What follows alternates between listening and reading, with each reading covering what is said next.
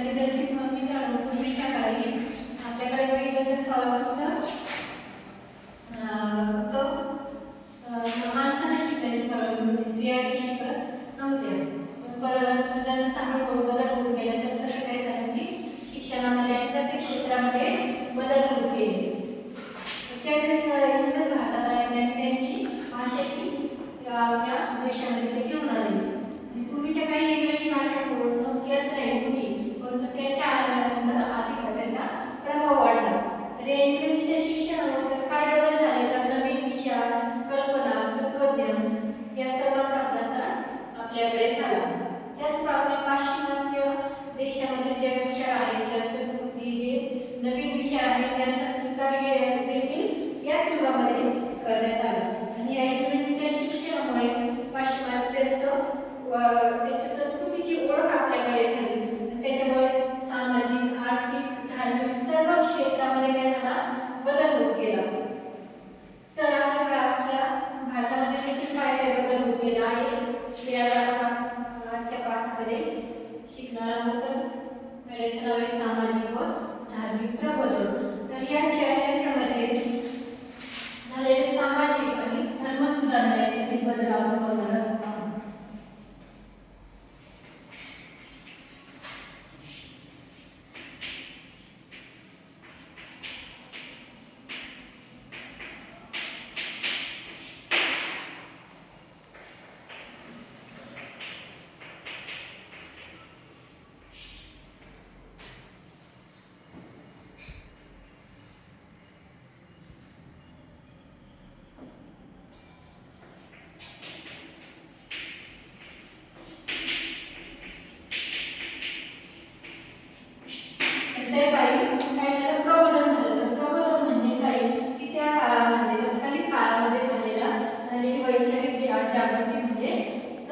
वैचारिक म्हणजे विचारांमध्ये जी जागृती झाली त्याला म्हणायचं प्रबोधन.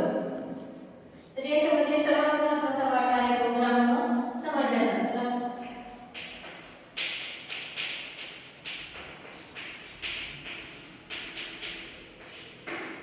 वैचारिक क्रांती किंवा प्रबोधन कसं निर्माण झालं की काही लोक एकत्र येतात, या ज्यांची विचार जुळतात ते सर्व लोक एकत्र येतात, आपली संस्था बनवतात, आपला ग्रुप बनवतात.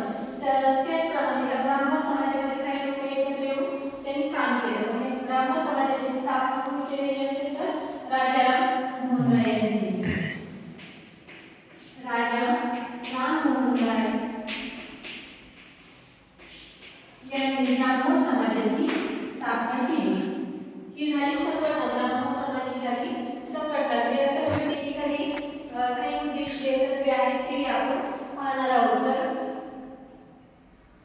1828 मध्ये राजाराम मोहन राय यांनी बंगाल प्रांतामध्ये ब्राह्मण समाजाची स्थापना केली.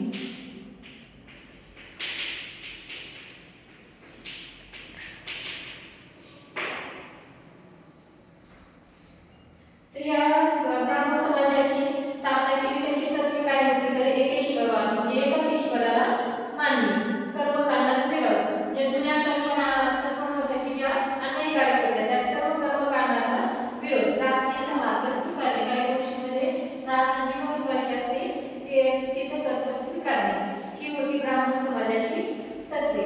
तसेच राजाराम मोहन राय यांनी अजून काय बदल केला तर सती प्रथा, की ज्यावेळेस एखादी स्त्री तिचा पती ज्यावेळेस वारला किंवा मरण पावला तर त्यावेळेस काय करायचं की आपल्याकडे त्या मेलेल्या माणसाला जाळतात, तर त्याच्याबरोबर त्याच्या पत्नीला देखील जाळलं जायचं. ही झाली सती प्रथा. याच्या विरुद्ध त्यांनी आवाज उठवला. तसेच बालविवाह म्हणजे वय नसताना की लहान वयामध्ये मुला मुलींची लग्न लावून दिली. तसेच पडदा पद्धत की मुलींनी माणसाच्या पुढे जायचं नाही तर पडदा घ्यायचा. या सर्व जातीय सर्व अशा प्रकारे प्रथा होत्या, त्यामुळे त्यांना या ब्राह्मण समाजाने विरोध केला.